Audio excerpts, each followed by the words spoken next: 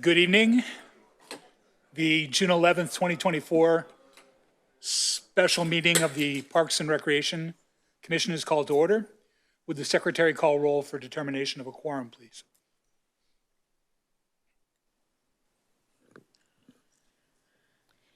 Chair Colopy, Here. Commissioner Gilliland, Here. Commissioner Hunneman, Here. Commissioner Wood, Here. Vice Chair Parker. Let the record reflect all commissioners are present with the exception of Vice Chair Parker with an excused absence. Thank you very much. Would you please rise for the Pledge of Allegiance led by Commissioner Hunneman? Thank you. Ready? Begin. I pledge allegiance To the flag of the United States of America and to the republic for which it stands, one nation, under God, indivisible, with liberty and justice for all.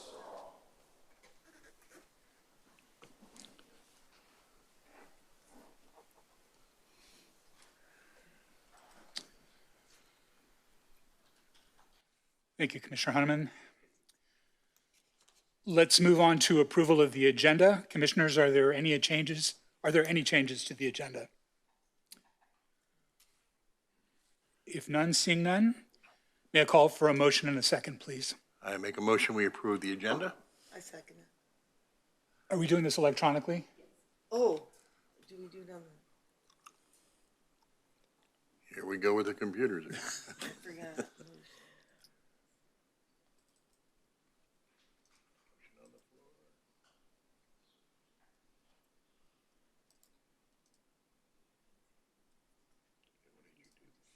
Took it out. With the motion and a second, would everybody vote, please?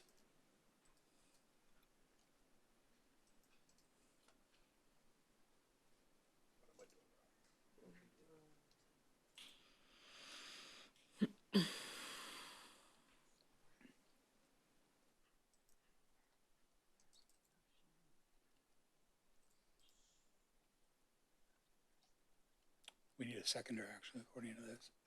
All right, let me do it again, second motion. You second. Okay. Then we go ahead. It's cycling back to asking for a motion again.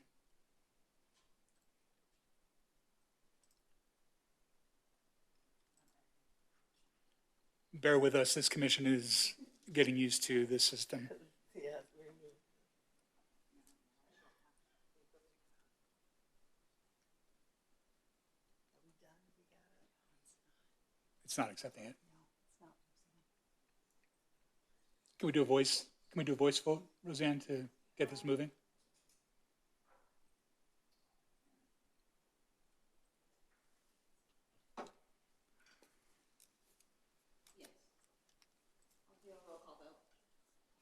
Okay, we have, motion was by Hunneman, second was by Wood. Okay, Chair Colopy, Yes? Commissioner Gilliland, Yes. Commissioner Hunneman, Yes. Commissioner Wood, Yeah.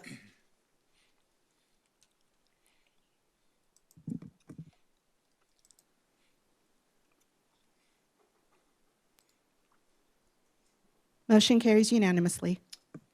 Thank you very much. The administrative update, Parks and Community Services Manager administrative update is the opportunity for the Parks and Community Services Manager, Leah Kolick, to provide community updates as well as department or commission announcements on current or upcoming projects. May we please have an administrative update? Good evening, Chair. And good evening to you. And Commissioners. This evening, we have 3 administrative updates for you. The first one will be presented by Roseanne Otis, our Office Assistant 2. She will provide an update to the Military Banner Program. Thank you. Good evening, Commissioners. Since the last commission meeting, we have had the latest installment of Military Banners on May 22nd, 2024. We had 20 new banners installed on Washington Avenue between Kalmia and Ivy Street. This year, we began accepting applications for veteran banners. We had 8 applications for veteran banners this year. In addition to veteran banners, we also had 12 applications for new active duty military banners. With the installation of the new banners, we also had 19 banners that have been flown for the previous year or longer that were retired. So for each retiree, there is a post to the Murrieta CSD Facebook page honoring each applicant individually. And there will also be a retirement ceremony on July 20th at Town Square Park. We are currently planning the retirement ceremony at the moment, so more details will follow as plans are finalized.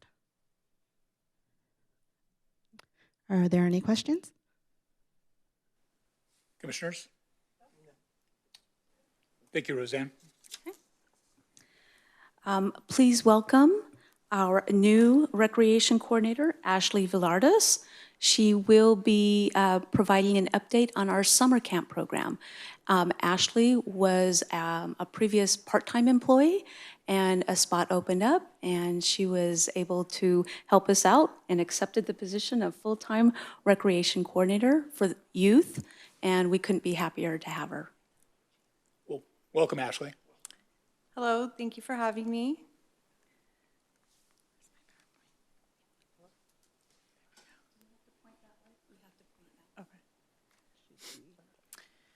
So we just started our 9-week summer camp. We are on week 2 now. Here's a little update on what's going on. So we have camp for kids age 5 to 12. We've been doing crafts, games, excursions, trips to the park. Included some pictures on here. So for week 1, we had about 43 kids.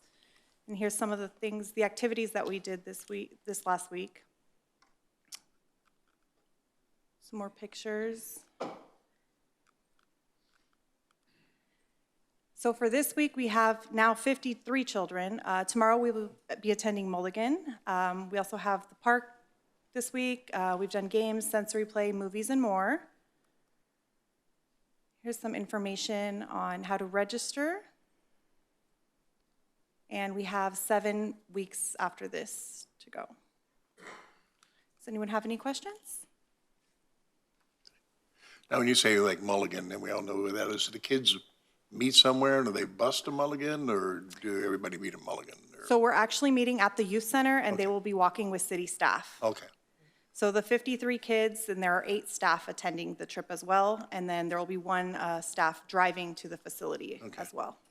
is that, you walk everywhere? We walk everywhere this year, yes. Okay, We hope next year to have busing agreements. okay, thank you. You're welcome. And just for reference, Ashley, the cost to parents is what? I'm sorry? The The cost? It is $160 per week. Okay. And is there any type of low-income threshold for that, or? So not at this time, but we do offer a second child discount. So a second or third child would be $145. Terrific. Thank you. Thank you. Thank you. Our final administration update will be the long-awaited opening of some sort of pool to allow people to cool off during the summer. And Recreation Supervisor Victor Patino is here to provide our aquatics update. All right. Good evening, esteemed members of the Parks and Recreation Commission. Get this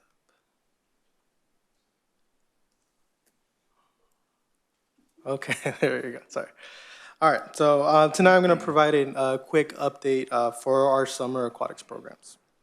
As I mentioned the last time I was up here, we have a agreement with the Unified School District to use the high school pools moving forward in the summer. Actively, we are using Vista Murrieta High School pools for all our programming. The pool will be operating at full capacity started last Monday, from June 10th all the way to August 10th.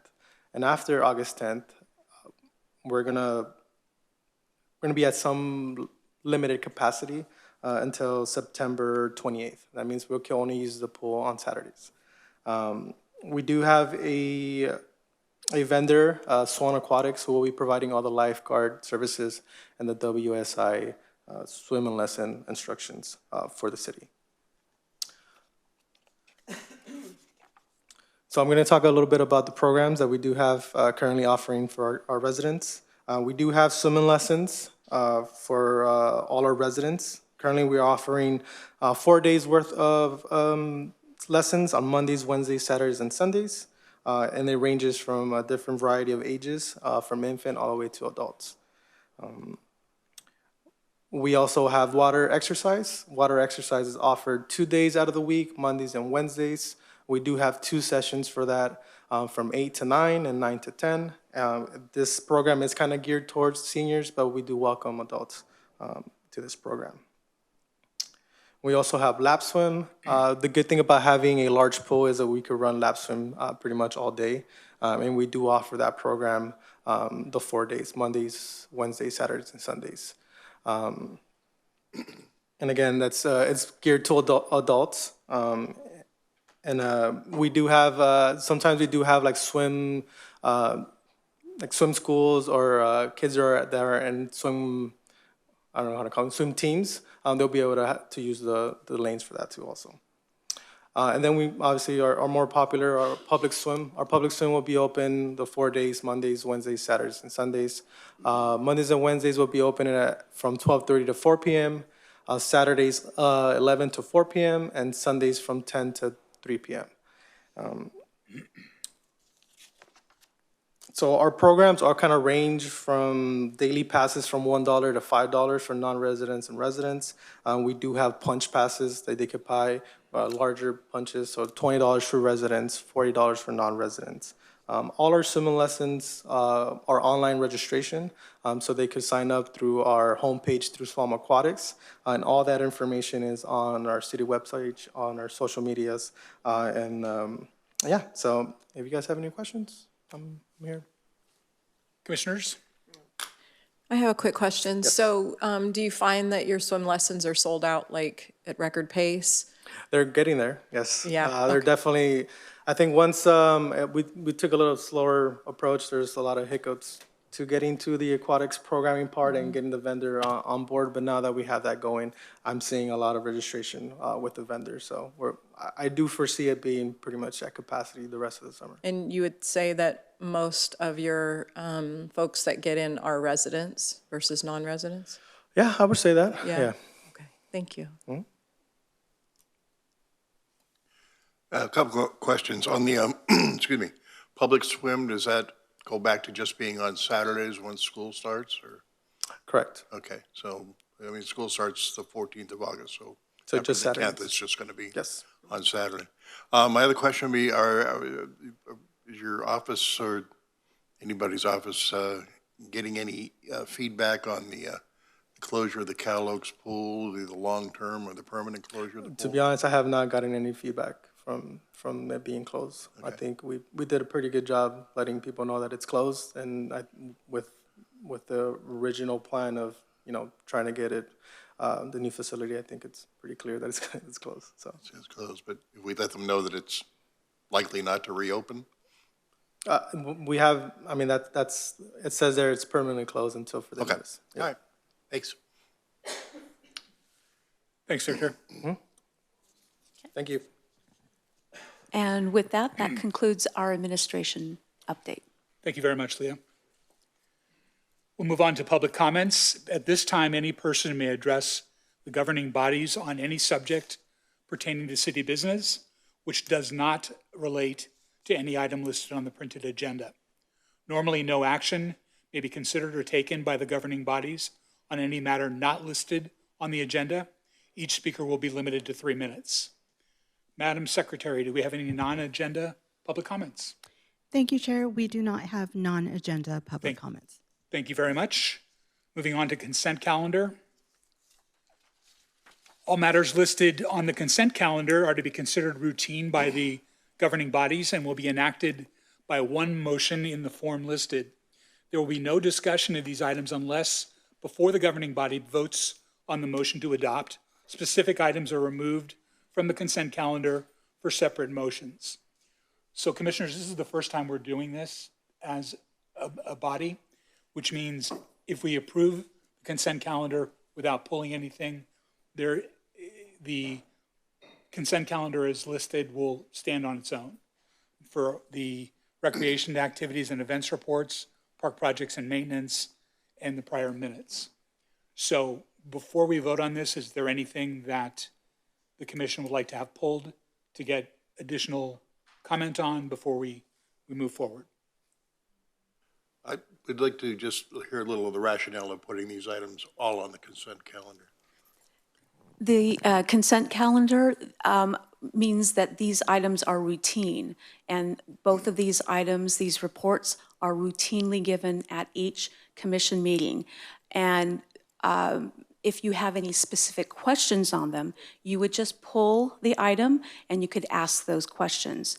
It saves staff from having to kind of go line by line over a report that is typically a routine item. No, I understand that. Okay. All right. Appreciate it. No. May I call for a motion and a second to adopt the consent calendar, please? I make a motion, we adopt the electronically. Okay.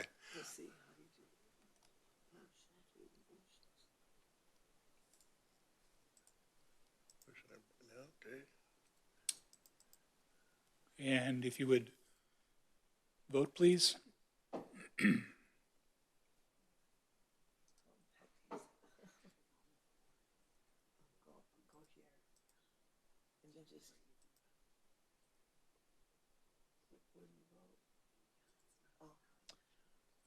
We need a second to Commissioner.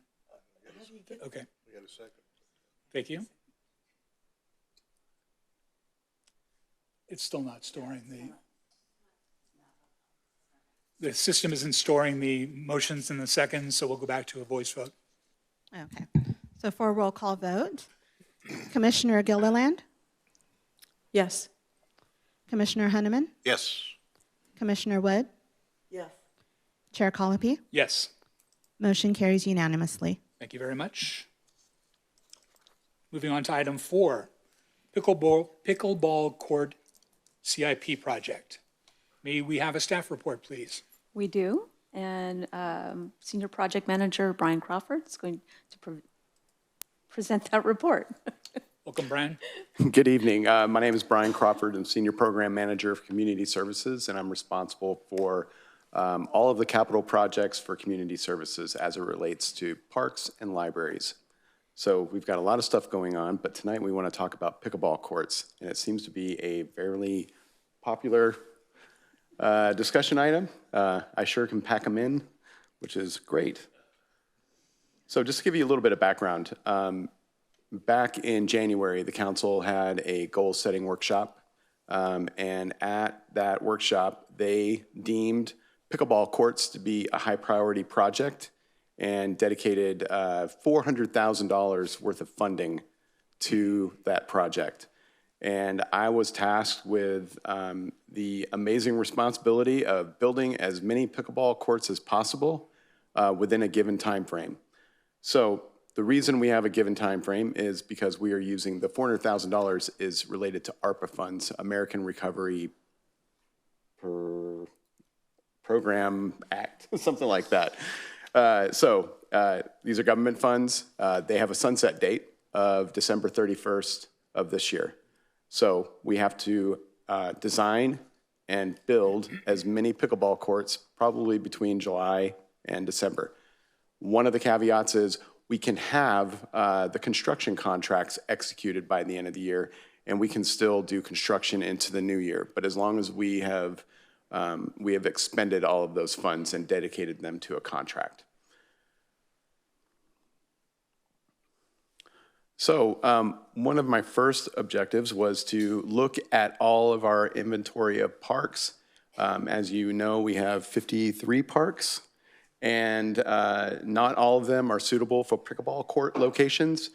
So this map shows you locations that currently have pickleball courts are in red. So we have 2 pickleball courts at B Street Station over by the Senior Center. And then we have 2 courts at Alderwood up by the hospital off Baxter. We are actively planning for pickleball courts at 2 additional locations. So the first one would be Cal Oaks Sports Park.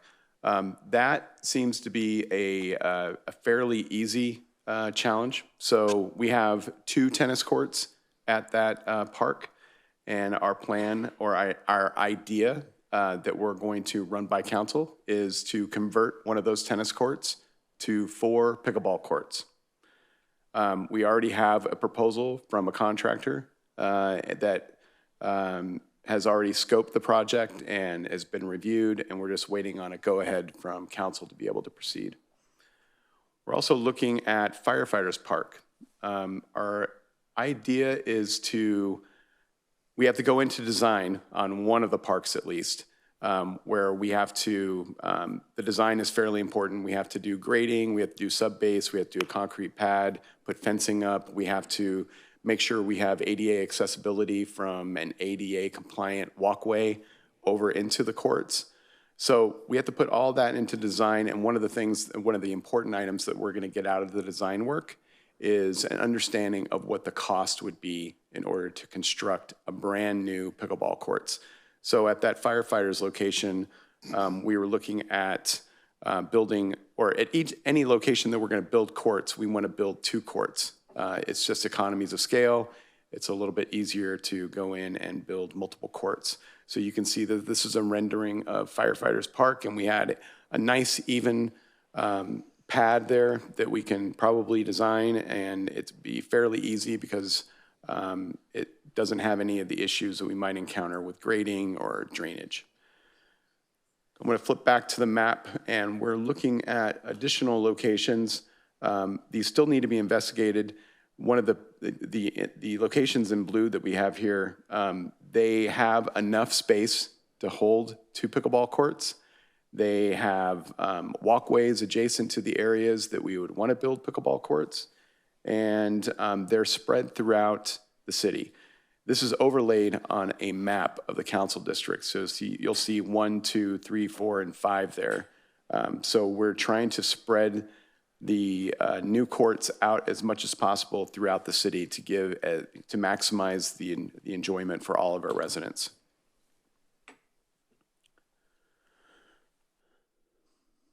So I alluded to the requirements that we had. Obviously, we want to put them at existing parks. It would be ideal if they had parking and restroom facilities. Not all of these locations have parking or restroom facilities. We want a relatively even grade where we don't have to go in and chop into slopes and build retaining walls. That will eat through $400,000 super quick. We also don't want to have any drainage issues, so we need to be at the high point of parks. We can't be at the low points. We're going to have to put extensive drainage in. And we also need to make sure that we don't run afoul of any kind of CEQA issues. California Environmental Quality Act is very important to us, and we want to make sure that the locations that we select are compliant and we don't have any kind of issues with that. So our strategy, like I said before, we need to put these into design as soon as possible. It's going to take 2 months to design 1 pickleball court location. Our idea is to put it into design, get it through the plan check process, through our building and safety department and our engineering departments as quickly as possible, get that cost estimate, and have an understanding of how much it would take to build that new pickleball court location. And then after that, once we have an understanding of what the cost would be, we would put in 1 to 2, maybe 3 locations, additional locations into design immediately. So those could be designed simultaneously, and then we can execute construction contracts by the end of the year for those locations. So construction, generally what we do with public works projects is we do what's called design, bid, build process. So we put things into design, we come up with very detailed bid documents and plans that goes out to public bidding. Then we allow contractors to bid on those, and we generally take the lowest responsive bidder out of that. With this, what we're going to do is, what I'm proposing to do is use cooperative purchasing for doing these public works projects. We belong to a number of organizations for cooperative purchasing, or generally we buy materials or commodities. But some of these cooperative purchasing agreements also allow us to do what's called job order contracting. And working with one of the groups we work with is Sourcewell, and they have a partner, Gordian, who has gone out and bid thousands and thousands of public works tasks. So we do these construction projects based upon line items, task line items. And we have low bidders that have been awarded contracts in our area, so we fulfill and satisfy the bidding requirements that way. The benefit of this is we don't have to spend a lot of time doing bidding. We just go right directly to the contractor. We have them put a detailed proposal together. We review the proposal, and then we can execute a contract and get them working on construction immediately. So I also said that we were going to convert an existing tennis court. Like I said before, we already have that proposal in hand. It's roughly $35,000. It could go up to $40,000. But that's fairly reasonable for doing that work in a fairly quick manner. So I'm available for questions and comments. Has there been any consideration of the existing tennis courts over by the community center over across from the fire station in Old Town? So we have a limited number of tennis courts as well, and we do have a tennis community. We don't want to take up all of their courts.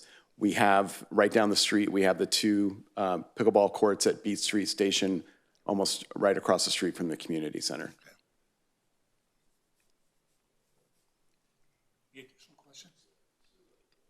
That was my question I was gonna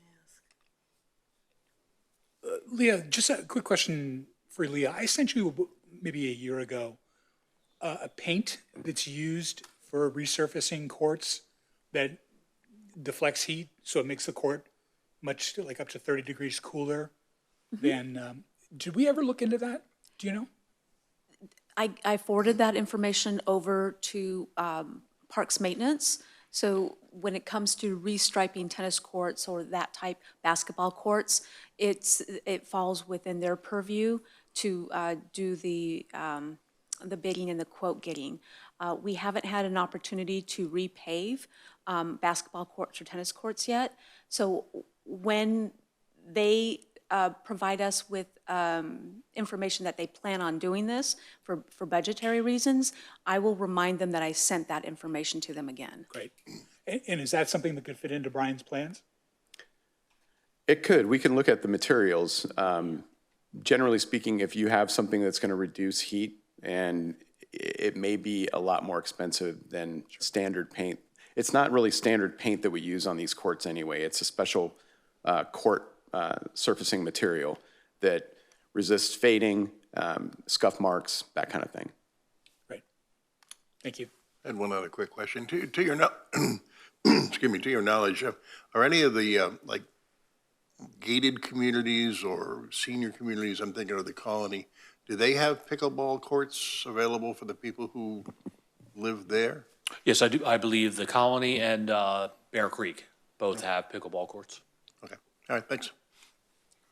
And if I just may add one more comment on to Brian's, Victor, who was here providing the aquatics update, is looking at the pickleball courts over at Vista Murrieta and adding that to our joint use agreement to expand the availability of the public having access to those facilities as well.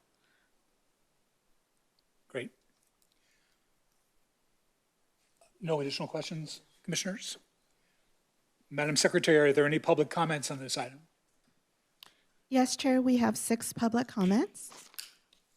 The first public comment is by Bill Rhea. If you could please step up to the podium.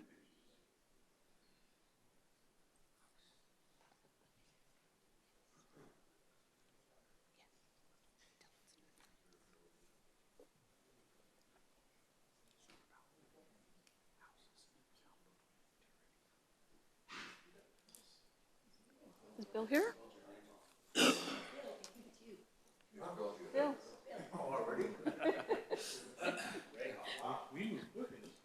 Can I borrow some minutes from somebody else? So this group back here, most of them have been playing probably 4 or 5 years. Oh, anyway, my name is Bill Ray. Been a resident of Murrieta for 34 years. Population 7,000. We've got 120,000 currently. When they get those apartments in, it's going to be probably another 10. So anyway, all you guys mentioned some stuff. I don't know if anybody's ever gone to B Street. B Street is a disaster. I don't know who planned it, but it's a liability factor. It's so close. When you play, you're right outside the court. You gotta check it out one of these days. He's mentioning about having 2 courts. Not gonna work. Most of us are elderly, but there's a lot of young folks. And the most important thing about playing pickleball, it's really social. So if you only have 2 courts, you can only have 8 people playing, right? So down at Margarita, well, we have to go to Margarita. They have 8 courts down there. They're gonna have another 17 courts going in right now. They started groundwork last week on that. So also, there's a lot of consideration where you put these. He mentioned something about fire park. That's right next to residence. Meadowview, you talk about private places. Meadowview had 8 courts down there, correct, guys? I think it's 8. They closed them down because one resident complained, big lawsuit. So make sure you consider that if they're loud, a little bink, bink, bink, bink, and they're very annoying. I have a pickleball court. I built it about 4 years ago. I used to coach my kids in basketball. So I had a full court and I converted it to pickleball. A lot of these people have been in my house. So I have 1 court, but I'm very considerate when I play. We stop at 8 o'clock at night. So, and all the neighbors are invited to go. So it's one of the fastest growing sports in America right now. And it's a lot of fun. If you've never tried it, you got to go down there to Temecula. We open you up, open hands, open. There's a group here behind me that they live in the Colony. You mentioned the Colony? So they have 4 courts over there. They have 3 courts?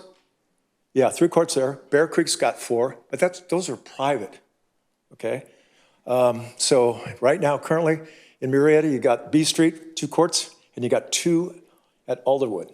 So not very many. We all have to go to Temecula. And anyway, that's all.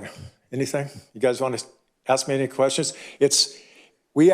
Okay, so the last meeting we met with Leah 2.5 years ago, and we asked her, hey, just stripe. Oh, I'm done. Can I borrow somebody's? So stripe the courts at Cal Oaks, which was brought up. It's minimum. I've done my courts twice now. It's not that expensive. We have portable courts where we bring in, and it'd be very minimum. Portable nets, I'm sorry. Portable nets. Thank you. That's it. I'm not used to talking in front of people, okay? Especially this mic. Thank you very much. Thank you, Mr. Rea.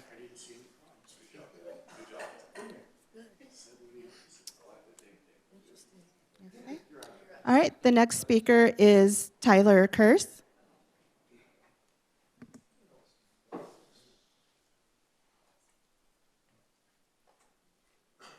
Good evening, Mr. Kearse. It's coarse, but whatever. Anyway, I do want to offer a little, it's actually CO, not curse, but yeah. I do want to offer a little bit of perspective. I also moved here in 1990. I've been here for 34 years, and we moved here.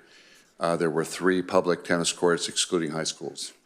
There were still only 3 public tennis courts in 34 years, okay? Now, I have a little perspective. I have a world ranking tennis when I was younger. I have all 6 of my kids grew up on those Cal Oaks sports tennis courts, and one is actually on tour right now. I don't have anything against pickleball, but I'm vehemently opposed to getting rid of another tennis court when you've only had 3 for 34 years.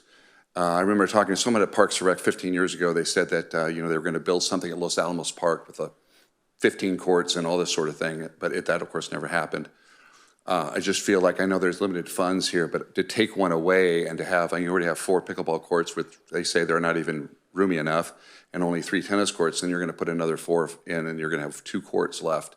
It's really difficult right now to even get courts. You would be surprised. I think there's a perspective that it's, these aren't being used, but they actually are. It's just at different times. And now what's happened, because the pickleball has been very, very, very popular, you go to Cal Oaks and you're waiting there a couple hours, and there's, even though there's a sign says if you're waiting an hour, that you have to get off, and they just don't get off. Anyway, it's not everybody, but again, it's a problem. And what I'm afraid of is that when you put one pickleball court, 2 courts, or whatever you're going to put there on the one side, the other court's going to be used for pickleballers. They're going to take that over, because the other community center court has basketball on it and has lines everywhere, and you're looking, you're like, where? I don't even know where the ball is, So I'm just saying, I just would prefer that maybe there's another plan to not at least eliminate the ones that are there, because there's so few of them, and there hasn't been any change in 34 years. That's all I have to say. Any questions? Thank you for the perspective, sir. Thank you.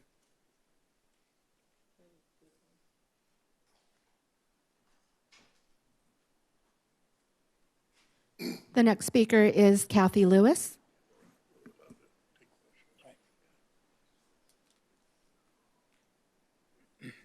And I should just point out that we're not allowed to take questions during this process, but thank you. The perspective's appreciated. Good evening, and thank you very much for considering building more pickleball courts. Good evening. I live at the Colony, so I can speak on that also. I have been playing pickleball for the past 6 years. I was at Alderwood when it opened. I was at B Street when it was shut down because of COVID and the opening was delayed. I played there when we had to have our temperatures taken and everything, so I am very familiar with courts here. I play in other states on other courts, so I have a lot of experience on different courts. I play in Menifee, Canyon Lake, Bear Creek, all of those places. I am very happy to know that you are supporting your community with additional pickleball courts. It's wonderful that it's a growing pickleball community, that people out there and continue to be active.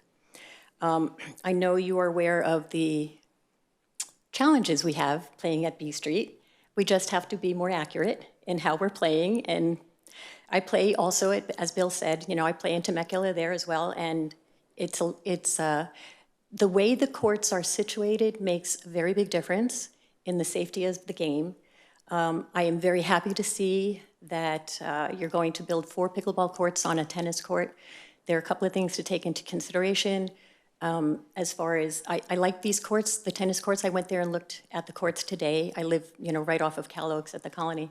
And the fencing is wonderful. Some of the things that we might want to take into consideration when building those courts is putting fences like you have at Alderwood in between the courts, which we don't have at B Street. It's very helpful for the players so that the balls are not continuously rolling through the courts and interrupting games. I really like the court example that you had with the colors of the no volley zone different from the court itself. It makes a huge difference when you're playing the game because that's the foul area. So that's the way we did it at the Colony. When we were resurfacing the courts, they were very kind and asked me how they wanted me to choose the colors for the courts and everything, and I welcome any of you to come to the Colony and look at our courts. We share them with the paddle tennis players. The courts are very spacious. We have enough room on these courts to play the sport the way it's supposed to be played. And honestly, if you want to come, I'll get you through the gate and you can come and check them out. The other things that we would love to see, our wish list is plenty of space between the courts. The benches inside the court areas are a real liability. They're dangerous. I know on tennis courts they have that, but there's a lot more space around the court on tennis courts. The paddle hooks on B Street, they're outside the court. At Alderwood, they're inside the court, so you always have people coming into the court to put their paddles in the racks. So again, thank you. I've got a list. I will email my list. But again, thank you so much, and I appreciate you taking the time. Thank you very much. Sorry. Yeah. The next speaker is Ross Corrig.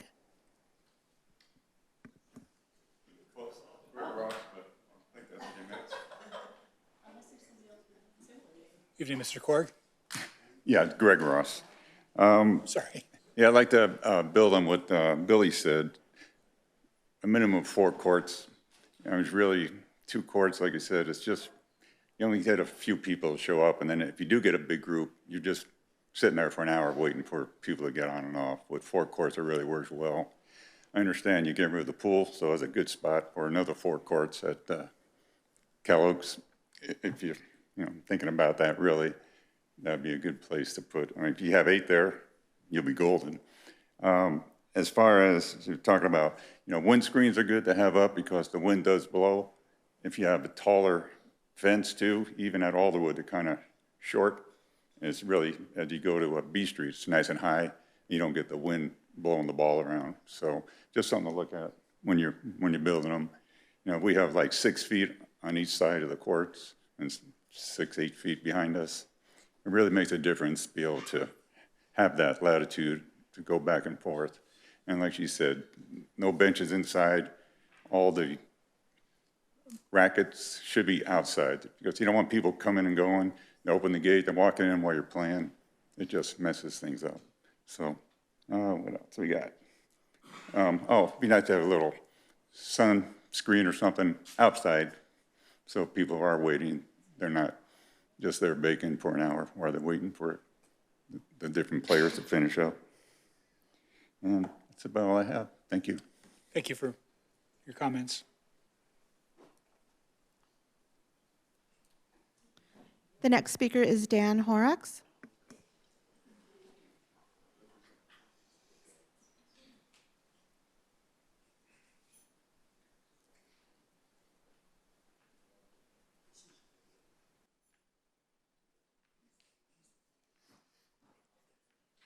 Good evening, Mr. Horrocks. Good evening. So just a few comments. I've been talking with Brian, and he's been very receptive, Brian Ambrose, about pickleball, and it's great to see some plans moving forward.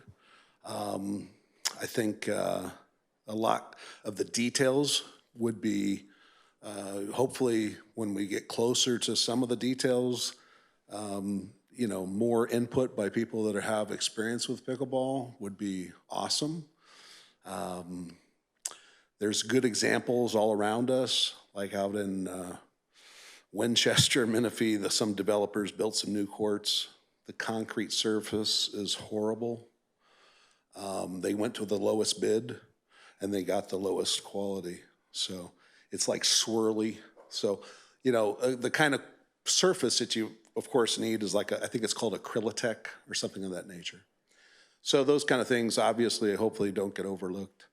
A few points, though, just to mention is I think the 4 courts at Cal Oaks is great. That's something we've been looking forward to for a long time. Hopefully there'll be adequate spacing. That's the problem with B Street, plain and simple. Spacing is horrible. It's just, for people learning the game at the beginning, first month or so, it's okay. After that, it's just you can't play on those courts. No, everybody will tell you that. But also, I think it would be better to have more courts, less locations. That's kind of what Temecula is doing with the 17-court facility at the pit at Ronald Reagan.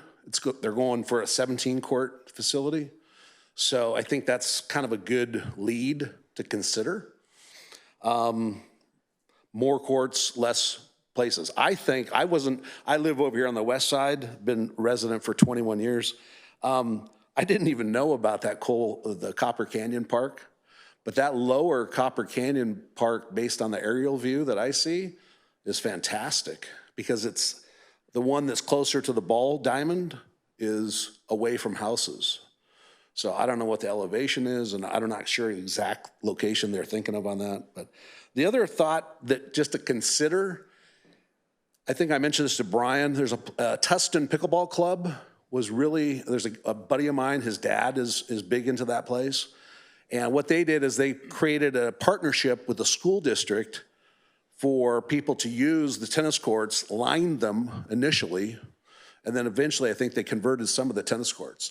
But the point is they actually created they collect their own fee structure and then give that back to the kids sports fund, you know?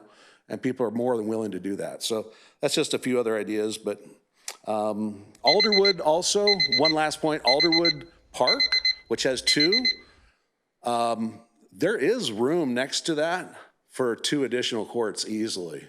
In most everybody that I know, they say that. So it's something to consider because you already have the restrooms and all that stuff. Thank you for your comments. Okay. The next speaker is Cynthia Balich.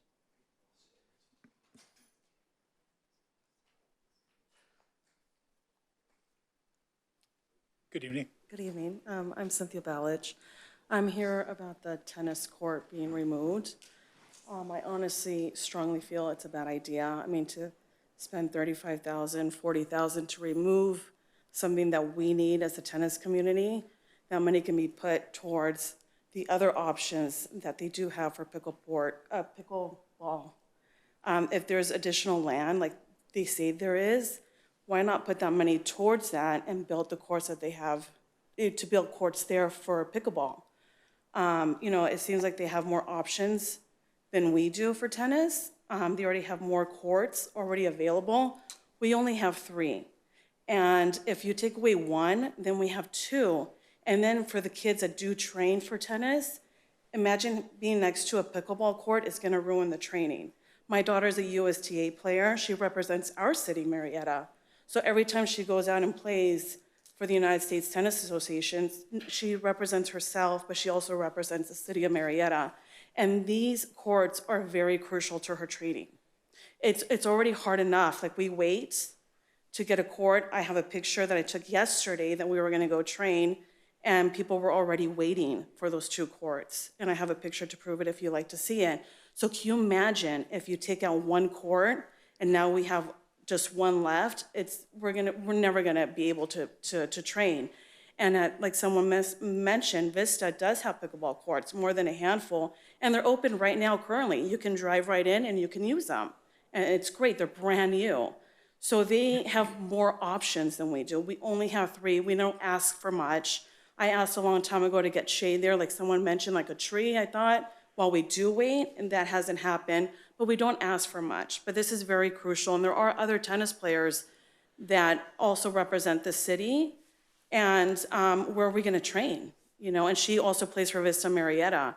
But of course, those courts are taken for season, for winter and fall. So we're very limited, so please don't take away that court. It just wouldn't make any sense, and the city would be saving money. Put that money towards something that makes sense, towards maybe an open land or another idea to build another court. Use that money for another pickleball court, but don't take out 1. It's just not fair to our community. You can't favor one and not favor the other. We had to have a balance. And this city is a great city, and we should have everything. You know, we should have pickleball, we should have tennis, but we can't have more than one and then less of the other. We have to have a balance, especially for our athletes, our junior athletes. It's very critical to their training, and you know, when they go to college, it's very, very crucial. So please consider our athletes. And also me, I play tennis to stay in shape, and I also play pickleball. I mean, it's super fun, but please don't take away our tennis, please. Thank you. Thank you for your comments.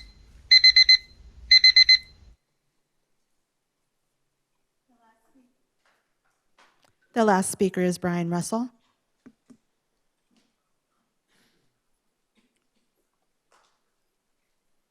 Welcome, Mr. Russell. Thank you. Good evening. I've been playing pickleball for about 17 years. I first discovered it when I found some pickleball courts over next to the water park over by the Diamond Valley Lake. And I was like, what are they playing here? What is this? These courts are really small. So I'd never seen it before, but it's really fun. I want to reiterate a couple things that have already been mentioned.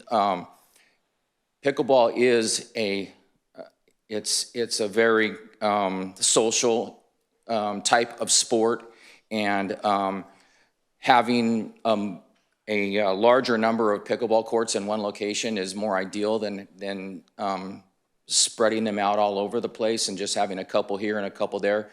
And another thought that I haven't heard mentioned is that if you have a larger facility like the one that Temecula is contemplating, it does attract tournaments. And that can be additional revenue to the city if you're bringing in, you know, several hundred people to play for a tournament. So that's a possibility there too. They talked about the state, is it B Street Station courts? Yeah, they're way too close together, and they do provide a possibility of injury when you have a couple different players on different courts that can potentially collide with each other. The seating, again, reiterating that should be on the outside of the court, along with the hooks for the paddles. Having a bench inside the court is just a recipe for somebody getting hurt. And then the last thing I would like to request is that if we do have, you know, maybe a larger facility, that there would be, I know, and this is going to really add to the cost, but have lighting so they can be played at night. And that's all I had to say. I used to be an ambassador for the USA Pickleball Association, so I have a lot of experience with the sport, and I do appreciate you guys taking the time to look at this. Thank you. Thank you.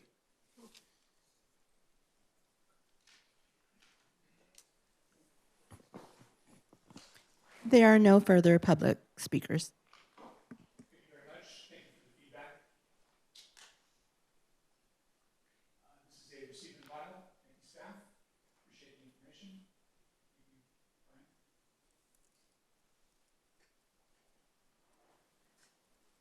Okay, moving on to commission member announcements. Commission member announcements is the opportunity for, sorry. Did you want to ask us any questions at this point? Yeah. Sure. Got a couple. The benches inside at Alderwood seem to be a concern. Is that something that could be easily alleviated? I mean, nothing's easily done. Yeah, put them on the outside of the, I've been here a long time too, and Steve Harding used to be the city manager here, and he told me one time, anything is possible with money. That is true. So that's one of the things we can bring up to our maintenance division, and all we really need to do is we need to pour pads for the benches and put them outside of the court. That's something that we can bring up. Now, the parks are closed at dusk every day, right? Yes. So if there were pickleball courts located on public parks, they would close at sundown, not Yes. going into the evening. So there would be, and lights sound like a wonderful idea, but not in my neighborhood, so. Well, So, do you want to address that? yeah, I'll address that. We are actually planning on installing court lighting at Cal Oaks for both the tennis court and possibly the planned Cal Oaks pickleball isn't, courts. the sport where it's going is not actually right in the neighborhood. Okay. Correct. I understand the tennis concerns because I was just happened to be over by Murrieta Valley High tonight where they have a lot of tennis courts, and when anybody on them, the school's out. We've got a co-op agreement going with the pool. It's possible to reach out to the school district again to work on a co-op agreement to provide more tennis courts. So if we do have to if one gets taken out at Cal Oaks, we're not making that decision here tonight, but, and that's not our decision to make, but that we could have some type of cooperative agreement with the school district to use their tennis courts on weekends or. So our joint use agreement covers middle schools and elementary schools. The high schools, rather than going through the superintendent's office for the joint use agreement for middle schools and elementary schools, the high schools are with the athletic department directly with the high school. So it would have to be a different type of separate agreement outside the joint use agreement, much like the use of Vista's pool is. So the access to the courts wouldn't be as open as the fields and other outdoor amenities for middle school and elementary schools. So, Understanding that, but that's something that could be Yes. explored. yes. Okay. We can't say anything, right? But after what you just said, correct. I have to wait, what you said about the Marietta courts, we can't use those during the season, so where would we go, like during August, September, October, November, December, January, February, March? And in the summer, I get what you're saying, the sun is a tar, like you said, to access those, and it's really windy there, so it doesn't make any sense either. Just like they have We're just looking for solutions here I know, and throwing out possibilities, so. but I just want you to keep that in mind, you know? Um, There's more to it. There seems to be some concern with the configuration at B Street. Do you want me to go? No. I didn't know if there was anything that could be done. Is there anything that can be done? Currently, no. Let me do a little, give you a little background on B Street Station. So as you know, B Street Station is in an L shape, goes around the daycare center that is right there. It was always intended for that to be a two pickleball court facility. As we got into developing that or planning for the development of that, our engineering department came in and said, you need to basically do a bioswale. You need to mitigate for all of the concrete, the walkway that's going in there. And so we basically had three options at that time. We could just scrap all pickleball courts to begin with. We could do one regulation pickleball court there, or we could squeeze two non-regulation pickleball courts in there. So all concerns about it not being a regulation, those should come to me. I'm the one who made the decision on those. It was basically came down to, do we want one, which is going to be overused, or do we want two non-regulations? That's why those courts are so close together. And in the immediate future, there's no way to change that. No, because that bioswale goes right up to where, I mean, if you take a look at it, there is no extra room there whatsoever. And it's unfortunate. One of the gentlemen that spoke mentioned, or it might have been one of the women that spoke, mentioned putting a fence in between the courts. Unfortunately, some cities, more in the kind of Midwest area, have been sued because people trip over those relatively easily. They also sue over having the excuse me for saying darn, but for having the benches inside the courts.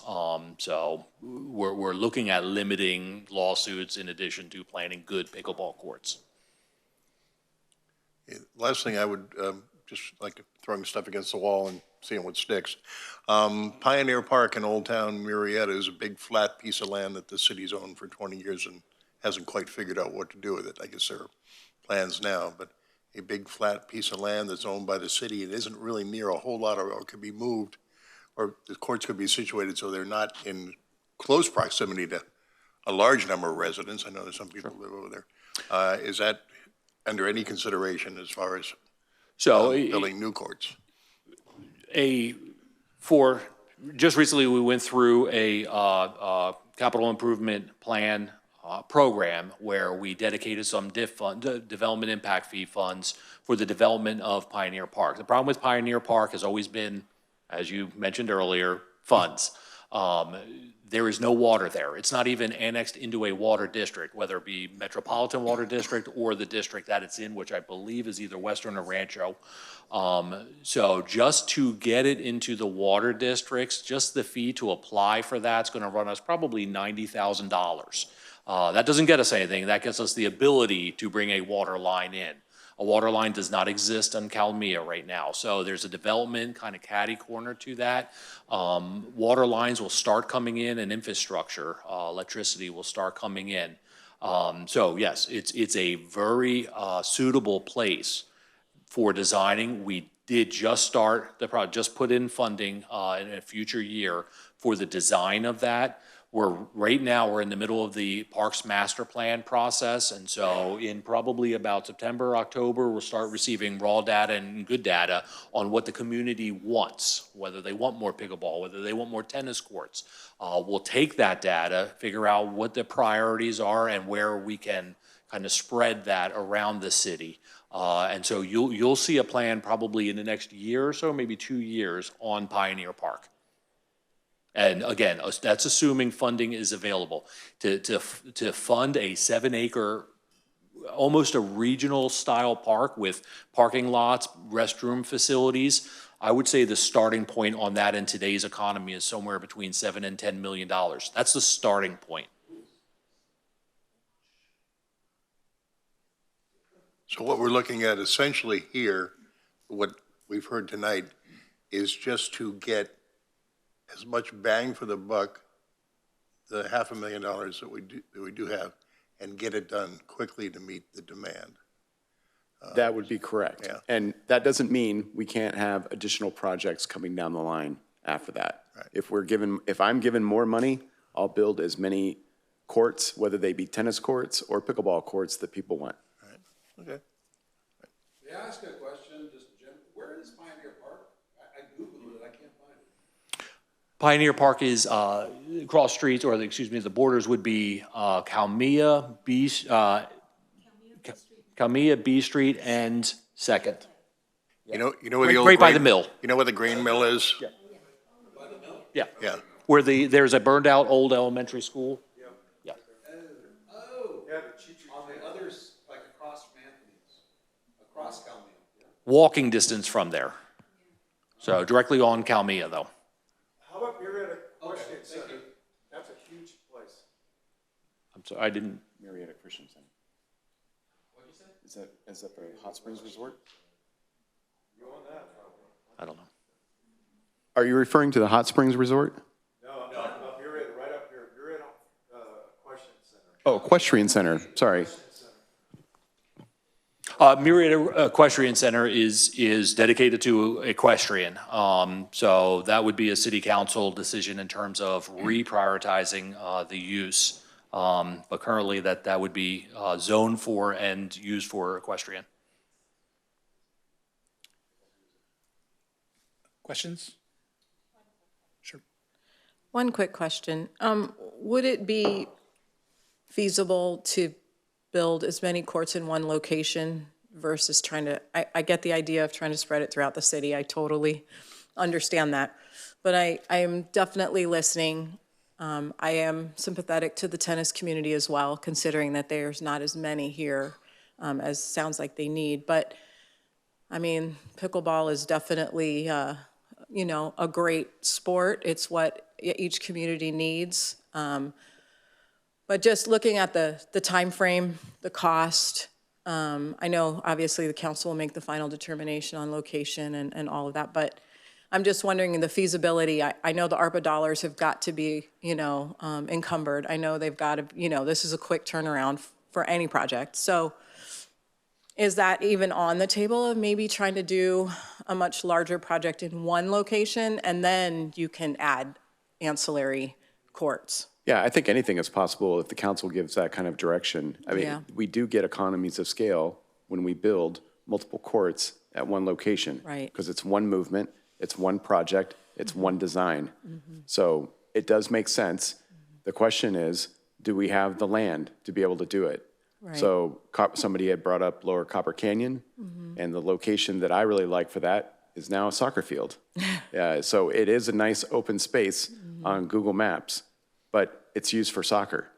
So that's one location that looked really great. Thank you. Kamala, questions? No. So just a couple of questions. Have we done any type of formal or informal audit of the usage on the tennis courts? We have data for reservations.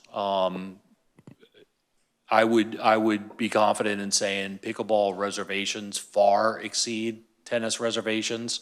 I think the last time we did the calculation, it was by 9 times the amount. Okay, thank you. And are there any plans to socialize the pickleball plans or in the areas where those conversions will take place? So I guess what I'm saying is, much as we did with the Parks and Recreation Master Plan and the Trails Master Plan, where those were socialized throughout the community, I think it was helpful for the community to hear that. And I'm just wondering if there's plans to do that here. We did put out on social media our locations that we were looking at and asking for feedback from the community. It was anecdotal at best. There are going to be people that don't want the tennis courts taken away. They want pickleball courts. It's really kind of almost a no-win situation. But we did put that on social media. I did want to bring up one point. No matter where we put the pickleball courts, one of the CEQA concerns that we have is noise mitigation. So somebody had brought up noise and lawsuits, and one of the things that we are looking at is we are trying to put them as far away from homes as possible. That's the first priority. And if we can't do that, if we have a nice-looking piece of property that we can put the courts at, we're looking at sound dampening material that would go on the fencing. The fencing that I'm looking at for these courts is 10 feet high. There is sound mitigating panels that you can put on that reflects the sound back into the court. Is it perfect? No. But you also brought up the point that parks are open dawn to dusk.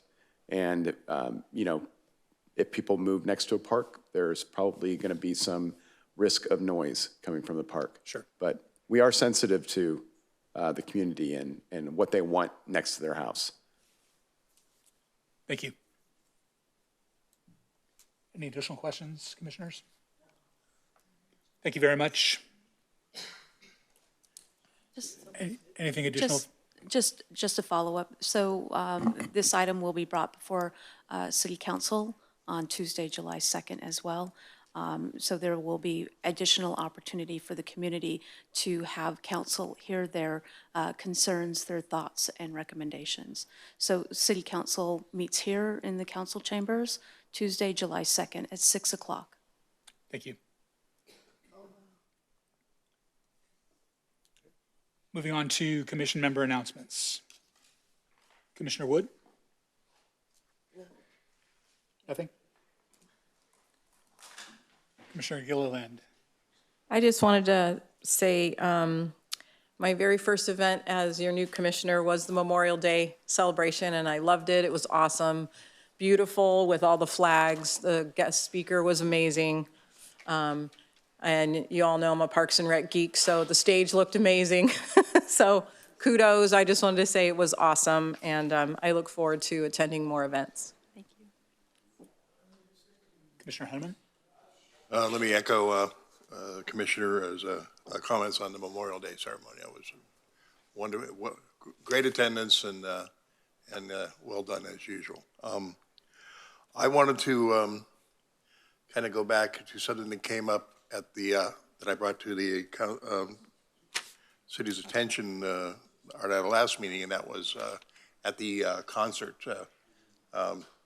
The concert over here, and we've got another one coming up in 2 weeks. I mentioned that we were overcharged on some beverage purchases, and a 20% tip was added to our purchases without our knowledge.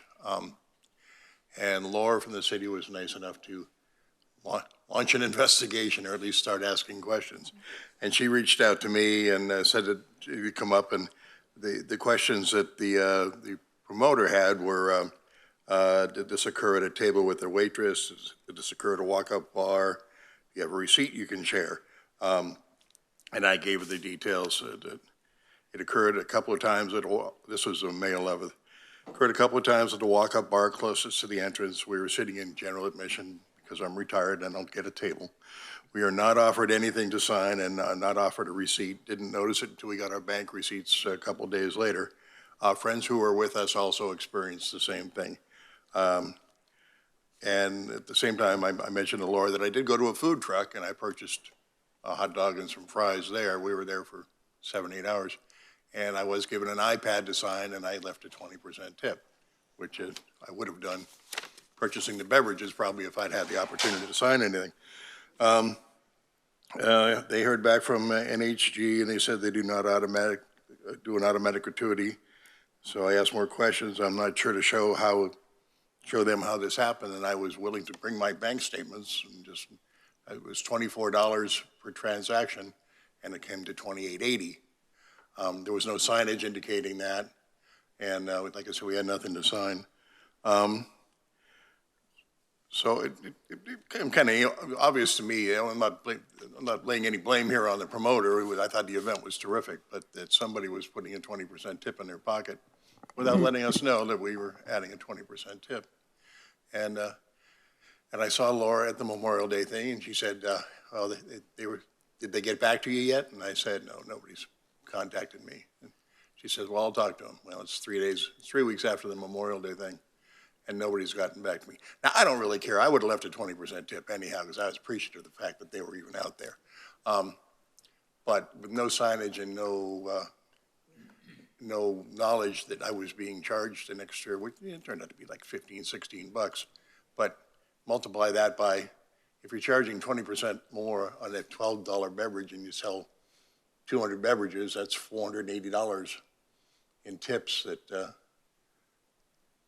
somebody got. I'm not saying everybody did it, but that was my experience and the experience of people around me. So I haven't heard back from them. I hope they make an effort to, this week during, if you purchase a beverage or anything out there that they offer, you get a chance to get a receipt, and I would urge people to ask for one. Will you be out there? I am not a country fan. Okay, And nothing against it. No, I had other plans this weekend, but okay. I'll be at the next one, but Okay, I will ensure that at a minimum they reach out to you, but that you're also compensated for that. But it was, they did find one bartender who was, not going to work there again. Okay. That being said, they should have contacted you, so we'll yeah, and make that's sure that fine. they Like I do. said, I didn't do it for me, but it's Yeah. it's just we want to have our citizens to have a good time and know what they're doing. It was a great concert, great event, and I'm not interested in getting compensated back, but I just don't want to see it happen again. Understand. A couple of old follow-ups, if I could. The parks naming policy change, do we know when that's going to come before council? I'm sorry, which The policy? parks naming change? July 2nd. Okay. It's making its way through workflow right now for review on the agenda report. Okay. And mine. I will send out a reminder to the commission. I have it on my Outlook to send the information to you, the date and the time. I just need to get it a little bit farther down on workflow to confirm that it's going to be on the agenda. Got it. But right now, it's looking good. Who makes that decision? On whether it gets on the agenda? So far, it's looking good. So I would think that the ultimate decision of the final agenda is between the city manager and the city clerk. Okay.